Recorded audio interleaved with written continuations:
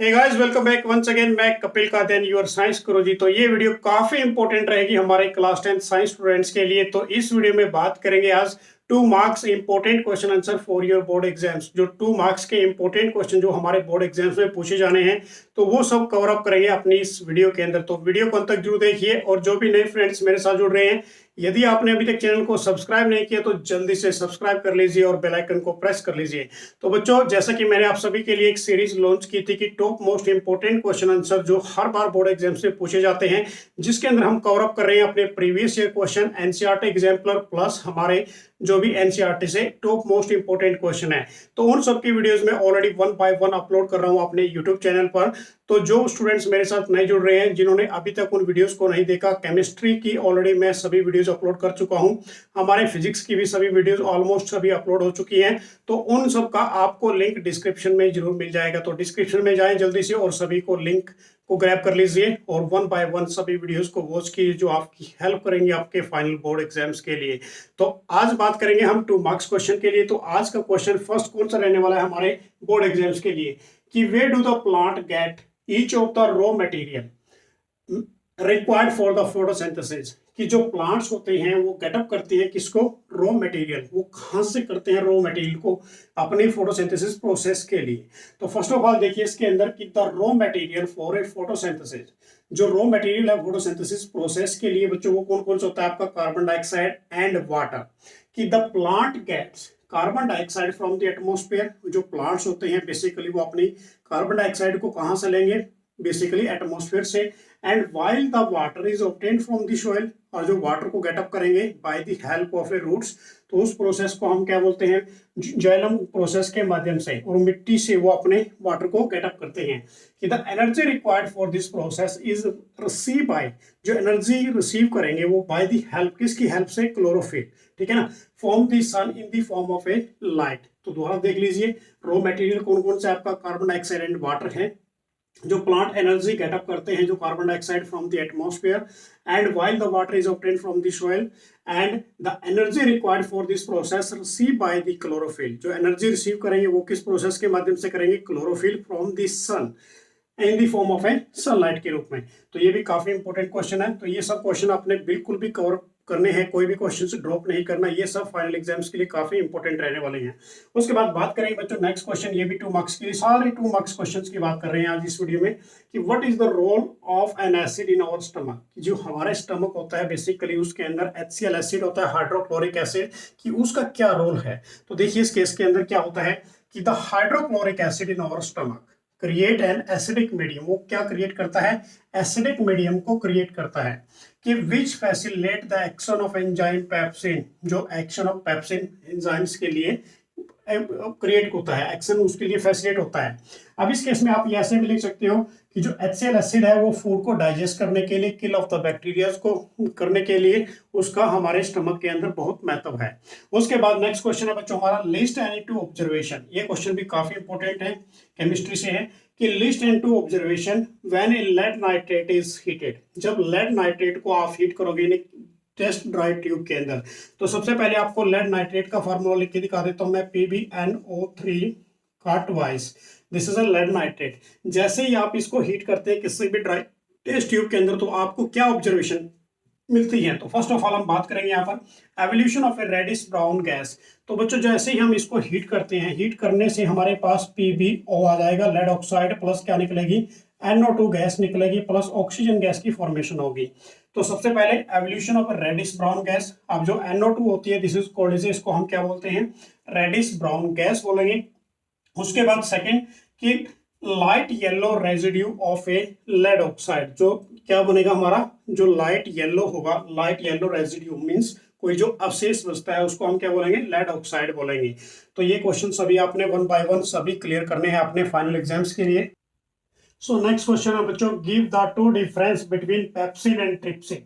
तो ये भी काफी इंपॉर्टेंट क्वेश्चन है कि आपने डिफरेंस बताना है, पेप्सिन और ट्रिप्सिन में क्या डिफरेंस है। तो बेसिकली आपने इसके दो डिफरेंस शो करने हैं जब आप बोर्ड एग्जाम्स में जाते हैं। तो सबसे पहले हम बात करेंगे पेप्सिन के बारे में, कि this enzyme is secreted in the stomach by a gastric glands.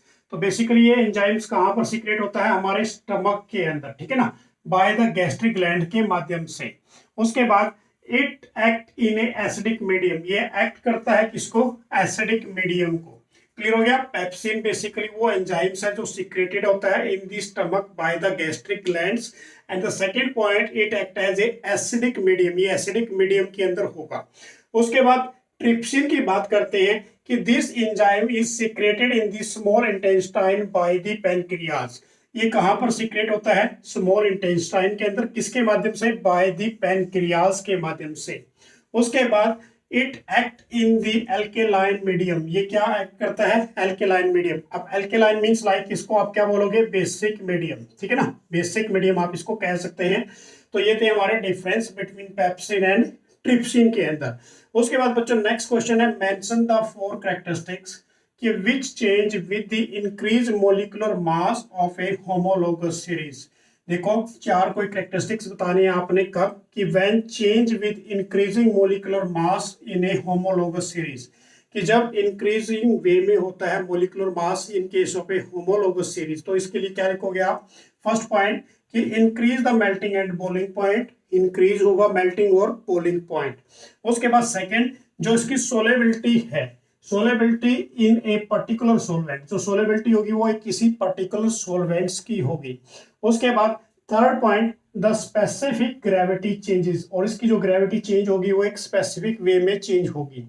उसके बाद fourth point physical property changes, और इसकी जो फिजिकल प्रॉपर्टी है वो भी चेंज होगी। तो ये थे इसके 4 कैरेक्टरिस्टिक्स जो चेंज होते हैं homologous increasing order of A molecular mass.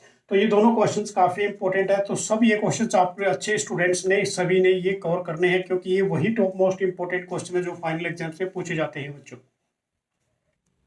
So next question है बच्चों, discuss why the sun is visible before actual sunrise and actual sunset. आप देखिए क्वेश्चन भी काफी इंपॉर्टेंट है कि डिस्कस करना है हमने इसके अंदर कि सन इज विजिबल बिफोर, जो सन है visible before actual sunrise and after sunset, वो हमें विजिबल क्यों दिखाई देता है, क्या रीजन है इसका। तो इसका जो हमने आंसर राइट डाउन किया बहुत सिंपल वे में कि the sun is visible to us about 2 minute before, 2 minute before हमें विजिबल दिखाई दे जाता है कि द एक्चुअल सनराइज से पहले, and about 2 minute after the sunset, कि बिकॉज द एटमॉस्फेरिक रिफ्रैक्शन। तो क्या रीजन रहेगा इसका बच्चों? आपका रहेगा एटमॉस्फेरिक रिफ्रैक्शन। तो इस क्वेश्चंस में आप क्या डालोगे? सबसे जो मेन इंपॉर्टेंट है वो क्या रहेगा आपका? एटमॉस्फेरिक रिफ्रैक्शन, कि when A light travel from a different medium it's change on its path, वो अपने पाथ से चेंज हो जाती है, तो उसको हम क्या बोलेंगे? This is called as atmospheric refraction. कि बाय एक्चुअल सनराइज कि we mean the actual crossing of the origin, वो जब वो सनराइज करता है तो इट मींस क्या होगा? जो एक्चुअल क्रॉसिंग होती है of the origin by the सन।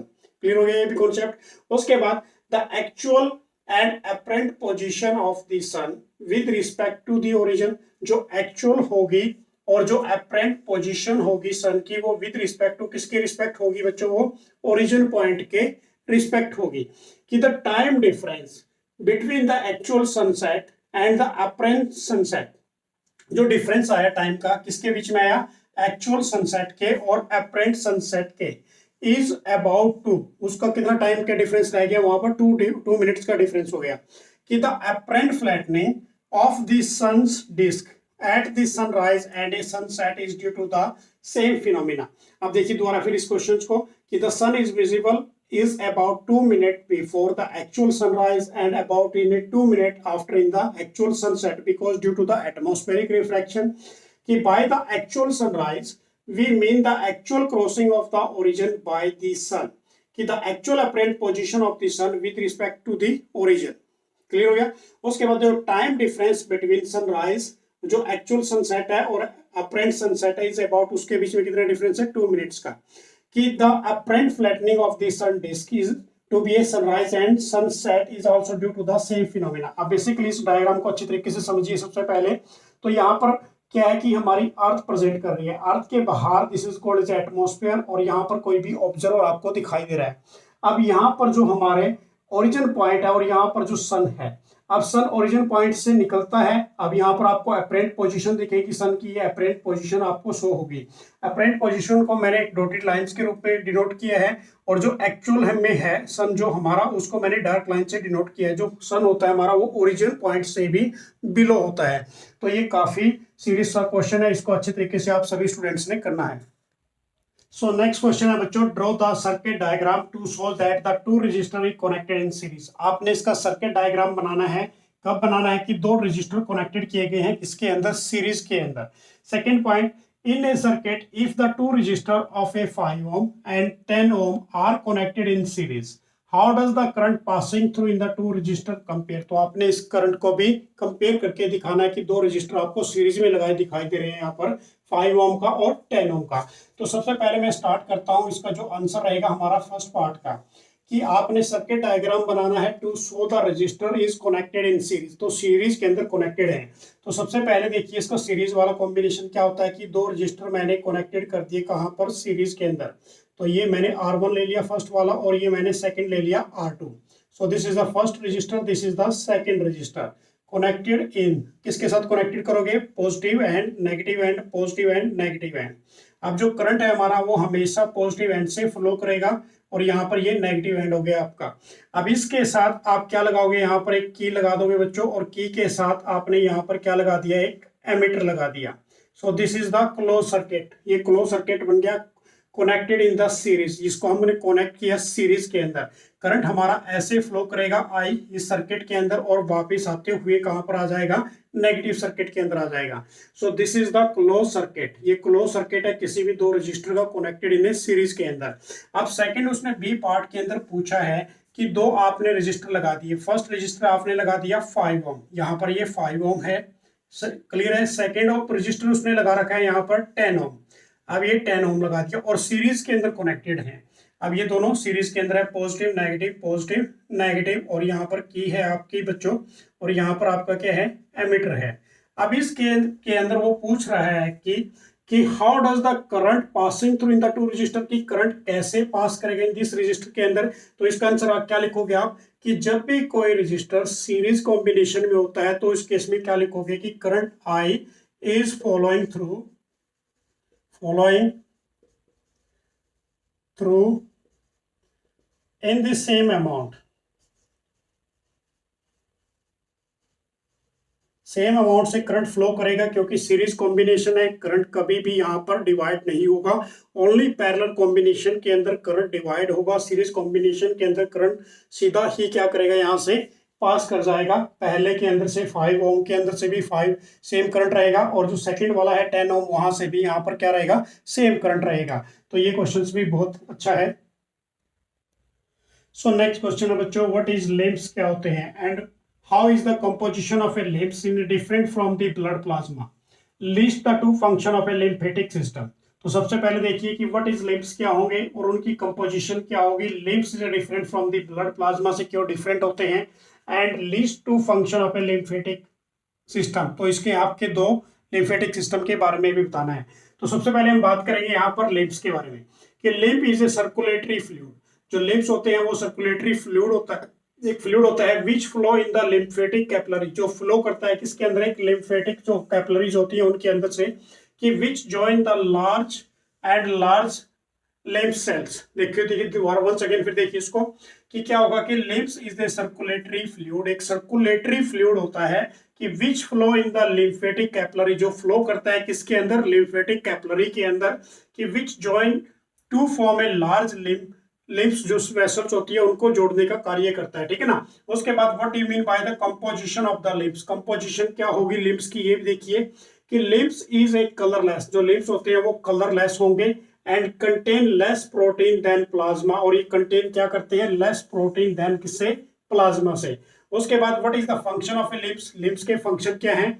अब इसके अंदर देखिए कि लिम्फ कैरी ए डाइजेस्टिव, जो कैरी करते हैं किसको, डाइजेस्टेड को, and absorb a fat from the intestine, और जो एब्जॉर्ब कर लेते हैं फैट को फ्रॉम किसके माध्यम से, इंटेस्टाइन के माध्यम से।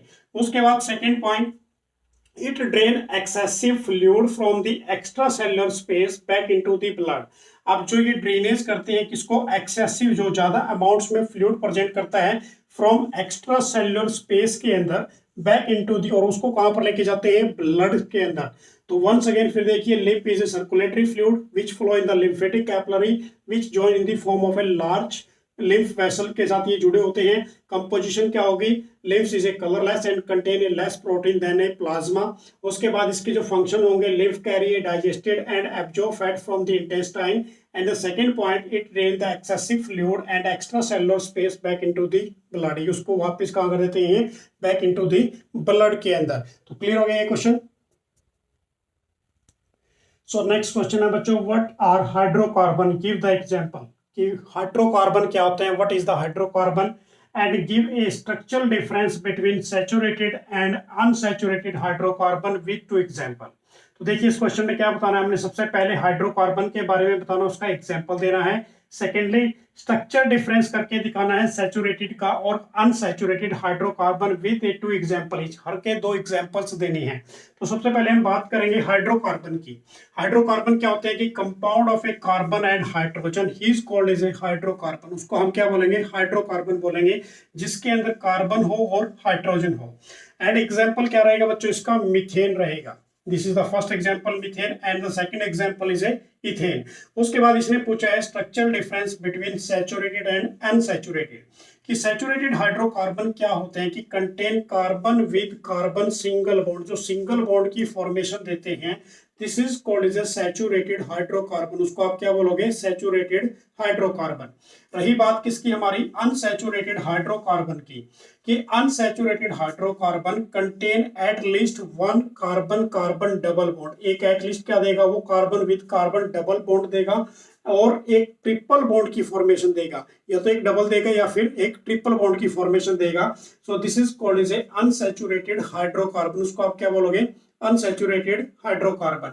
अब यहाँ पर मैं बात कर रहा हूँ सैचुरेटेड हाइड्रोकार्बन की। एग्जांपल्स मैंने पुट किया यहाँ पर, दिस इज ए मीथेन। ये मैंने एग्जांपल दे दिया एक स्ट्रक्चर के रूप में मीथेन को, कि कार्बन को क्या चाहिए, 4 इलेक्ट्रॉन चाहिए शेयरिंग के लिए, तो यहाँ पर 4 क्या है, हाइड्रोजन है। नेक्स्ट एग्जांपल दे दिया मैंने यहाँ पर, सिंगल बॉन्ड प्रेजेंट कर रहा है, this is called as ethane और एल्केन ग्रुप है ये। तो ये क्या हो गया हमारा, सैचुरेटेड हाइड्रोकार्बन के 2 एग्जांपल्स हो गए। अब बात करता हूं मैं यहाँ पर अनसैचुरेटेड हाइड्रोकार्बन के लिए। तो अनसैचुरेटेड कार्बन के लिए हमने यहाँ पर क्या लिखा है बच्चों, फर्स्ट एग्जाम्पल मैं दे रहा हूँ आपको इथीन का, एंड नेक्स्ट एग्जाम्पल है हमारा इथाइन का, क्योंकि यहाँ पर कौन कौन से ग्रुप बनते हैं हमारे, एल्कीन और एल्काइन ग्रुप बनते हैं। तो इट मींस क्या बोलेंगे हम इसको, इथीन बोलेंगे, and this is called as a ethyne. तो क्लियर हो गया ये क्वेश्चन। सैचुरेटेड क्या होते हैं, कार्बन और hydrogen is called as a basically hydrocarbon होंगे। सैचुरेटेड के अंदर सिंगल बॉन्ड प्रेजेंट करेंगे, और जो हमारे अनसैचुरेटेड होंगे वहां पर एक डबल या ट्रिपल बॉन्ड प्रेजेंट करेगा। सो नेक्स्ट क्वेश्चन है बच्चों, the angle between the incident ray and the mirror is 40 degree. तो यहाँ पर आपको एंगल दे दिया किसके बीच में, इंसिडेंट रे और मिरर के बीच में 40 डिग्री है। अब आपने क्या निकालना है कि what is the angle of incidence, angle of incidence क्या होगा, and what is the angle of a reflection क्या होगा, and what is the total angle form by the ray of light. तो टोटल एंगल भी निकालना है, तो इस क्वेश्चन को भी बड़े ध्यान से करना है। तो बेसिकली सबसे पहले मैं करके दिखाता हूँ इसका, देखिए डायग्राम के रूप में, कि आपको एक यहाँ पर क्या दे दिया, एक प्लेन मिरर दे दिया। अब प्लेन मिरर जिसको ये आप स्मूथ मिरर कह सकते हैं। अब इस केस में कोई भी इंसिडेंट रे है, इंसिडेंट रे ऑफ लाइट इसके ऊपर ऐसे पड़ती है। अब इसका जो एंगल दे रखा है ये आपको गिवन है, कितना एंगल गिवन है बच्चों आपका, 40 डिग्री। अब जैसे ये रे ऑफ लाइट इसके ऊपर गिरेगी एंड बाउंसिंग बैक हो जाएगी, रिफ्लेक्ट हो जाएगी, तो इसको हम क्या बोलेंगे, this is called as a incident ray of light. Clear है, इंसिडेंट रे ऑफ लाइट, और this is called as a reflected ray. इसको हम क्या बोलेंगे, रिफ्लेक्टेड रे। अब उसके बाद ये हमारा मिरर है, कोई भी यहाँ पर मैं मिरर शो कर रहा हूँ।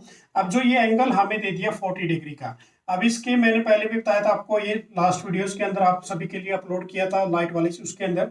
तो यहाँ पर जो ये हमारा क्या है, this is called is a normal रे। ये परपेंडिकुलर रे होती है, नॉर्मल रे। अब जो नॉर्मल रे है ये आपका 40 डिग्री एंगल आ गया। अब ये टोटल जो एंगल बनेगा आपका, और ये एंगल भी सेम रहेगा। देखो मैंने पहले भी बताया था कि जो इंसिडेंट रे ऑफ लाइट आएगी उसी एंगल से क्या होगी, वो रिफ्लेक्ट बैक हो जाएगी। तो ये एंगल भी आपका क्या बन गया, 40 डिग्री का बन गया। अब जो टोटल एंगल होता है वो कितना होता है हमारा, 80 डिग्री का, 180 डिग्री का एंगल होता है। तो ये टोटल कितने का रह गया हमारा, ओनली 100 डिग्री का रह गया, 100 डिग्री का। तो angle of incidence between normal rays के बीच में कितना हो गया बच्चों, 50 डिग्री का हो गया। और जो एंगल बिटवीन द नॉर्मल रे और रिफ्लेक्टेड रे के बीच में कितने का हो गया, 50 डिग्री का। अब यहाँ पर मैं लिख देता हूँ, देखिए सबसे पहले what is the angle of incidence. तो फर्स्ट पार्ट है इसका ए पार्ट, वन पार्ट, कि angle of incidence is equal to 50 degree, ये आपका 50 डिग्री आ गया। What is the angle second part के अंदर, एंगल ऑफ ए रिफ्लेक्ट, जो हमारा रिफ्लेक्शन है वो भी कितना होगा बच्चों, आपका 50 डिग्री होगा। उसके बाद थर्ड पार्ट के अंदर वो पूछ रहा है कि what is the total angle form by the ray of light, कि total angle ray of light का कितना होगा। तो 50 प्लस 50 इट मींस क्या बोल सकते हैं उसको, हम यहाँ पर लिखेंगे टोटल एंगल इज, वो कितना हो गया आपका बच्चों, 100 डिग्री हो गया। तो इस प्रकार का क्वेश्चन भी काफी इंपॉर्टेंट है, belong to the law of reflection, law of reflection से रिलेटेड ऐसे क्वेश्चंस पूछे जाते हैं। सो नेक्स्ट क्वेश्चन है बच्चों, explain the meaning of malleable and ductile. अब आपने इसके बारे में दोनों को एक्सप्लेन करना है, मैलेबल क्या होते हैं और डक्टाइल क्या होते हैं। तो सबसे पहले हम बात करेंगे यहाँ पर मैलेबल के बारे में, कि metals can be beaten into a thin sheet with a hammer is called as a malleable, कि जब हम मेटल को बीट करते हैं किसके साथ, विद किसी भी हैमर के साथ, और वो कन्वर्ट हो जाता है किसके अंदर, एक थिन शीट के रूप में। So this is called as a malleable. अब बेसिकली एग्जांपल मैंने यहाँ पर दे दिया आपके लिए, जैसे हमारा एग्जांपल किसका है, गोल्ड का है, सिल्वर का है। उसके बाद डक्टाइल्स क्या होता है, कि metals which can be drawn into a thin wire, की मेटल को ड्रॉ कर सकते हैं एक थिन वायर के रूप में, this is called as a ductile, उसको हम क्या बोलेंगे, डक्टाइल बोलेंगे। उसके बाद नेक्स्ट क्वेश्चन है, नेक्स्ट क्वेश्चन क्या है हमारा, कि why is the small intestine in herbivores, जो हमारे हर्बीवोर्स होते हैं उनकी जो इंटेस्टाइन होती है, स्मॉल इंटेस्टाइन, वो लॉन्गर क्यों होती है than comparison of a carnivores से। अब इस केस में क्या लिखोगे, कि digestion of a cellulose take in a longer time, जो डाइजेशन होता है किसका, सेल्यूलोज का, वो लंबा समय लेती है। Hence herbivores need a longer small intestine, तो इसलिए जो हमारे herbivores है उनको क्या चाहिए, longer small intestine चाहिए, किसके लिए, to allow the complete digestion of a cellulose, complete digestion of cellulose को डाइजेस्ट करने के लिए। उसके बाद जो कार्निवोर्स होते हैं बच्चों, कि carnivores animals can not digest, वो डाइजेस्ट नहीं करते किसको, सेल्यूलोज को। Hence they have a shorter intestine, तो उसके लिए उनकी जो स्मॉल इंटेस्टाइन होती है वो क्या होती है, छोटी होती है। तो दोबारा फिर देख लीजिए, डाइजेशन करने के लिए सेल्यूलोज को टेक प्लेस लॉन्गर टाइम लगता है, इसलिए जो हमारे हर्बीवोर्स होते हैं उनकी लॉन्गर स्मॉल इंटेस्टाइन होती है इन कंपैरिजन ऑफ ए किससे, कार्निवोर्स से। जो कार्निवोर्स होते हैं वो डाइजेस्ट नहीं करते किसको, सेल्यूलोज को, hence they have a shorter intestine, तो इसलिए उनकी जो इंटेस्टाइन होती है वो क्या होती है, छोटी होती है। सो नेक्स्ट क्वेश्चन है बच्चों, what are the condition under which Ohm's law is not obey, कि कौन सी ऐसी कंडीशन है जहां पर ओम्स लॉ ओबे नहीं होता। तो ये क्वेश्चंस भी काफी इंपॉर्टेंट है। तो फर्स्ट पॉइंट क्या लिखेंगे हम, कि the potential difference depend upon the current non linear, जो पोटेंशियल डिफरेंस होगा वो डिपेंड करता है, किसके ऊपर डिपेंड करेगा, upon a current non linearly, मतलब वो नॉन लीनियरली होगा, ठीक है ना। तो second point, for the same value of v and i changes the sign with v, यदि उसकी वैल्यू को चेंज कर देते हैं, v के साइन को चेंज कर देते हैं, तो इस केस में क्या करेगा, जो ओम्स लॉ है वो ओबे नहीं करेगा। इट मींस इसको हम एक चीज और बोल सकते हैं, this is called as a non ohmic conductor. तो ये हमारे क्या बन जाएंगे, नॉन ओमिक कंडक्टर कह सकते हैं इसको हम, ठीक है ना, नॉन ओमिक कंडक्टर कह सकते हैं, नॉन ओमिक कंडक्टर कह सकते हैं, जो ओबे नहीं करते ओम्स लॉ को, this is called as a non ohmic conductor. Next question है इसके अंदर, कि how is the amount of urine produce regulated, कि कितना यूरिन प्रोड्यूस होता है रेगुलेटेड। तो इस केस में क्या लिखोगे, कि the amount of urine produce is regulated by the selective reabsorption, selective reabsorption के अकॉर्डिंग जो यूरिन प्रोड्यूस होता है in the tubules of a nephron as the urine flow along the tube, जो यूरिन फ्लो करेगा किसके, along the tubes के, कि the amount of water reabsorb, जो वाटर है वो रीअब्जॉर्ब कर लिया जाता है, डिपेंड ऑन, किसके ऊपर डिपेंड करेगा, how much excess of water, की कितने अमाउंट्स में वहां पर वाटर प्रेजेंट करता है, कितने एक्सेस अमाउंट्स के अंदर वाटर प्रेजेंट करता है, is there in the body and how much is dissolve in a waste, और उसके अंदर कितना वेस्ट डिजोल्व है उस वाटर के अंदर, and there which is the excreted, और वो क्या होगा, एक्सक्रिएटेड हो जाएगा, बाहर निकल जाएगा। तो दोबारा फिर देखिए, कि the amount of urine is produce is regulated by the selective, किसके द्वारा रेगुलेट करते हैं उसको हम, सिलेक्टिव रीएब्जॉर्प्शन, मतलब जो हमारी वेन्स होती है अंदर इन ट्यूबल्स ऑफ ए नेफ्रॉन, किसके अंदर होंगी ये ट्यूबल्स, छोटी छोटी वेन्स होंगी नेफ्रॉन के अंदर, कि as the urine flow along the tube, जो यूरिन है वो फ्लो करेगा along the tubes, the amount of water reabsorbed depend on how much of the excess of a water there is the body and how much is the dissolved in the waste, कि कितना उसके अंदर पानी है और कितना उसके अंदर वेस्ट डिजोल्व हुआ है। तो ये थे बच्चों आज के हमारे टॉप मोस्ट इंपॉर्टेंट क्वेश्चन जो आपके फाइनल एग्जाम्स के लिए काफी इंपॉर्टेंट रहने वाले हैं। होपफुली आप सभी को बहुत अच्छी अंडरस्टैंडिंग बनी होगी।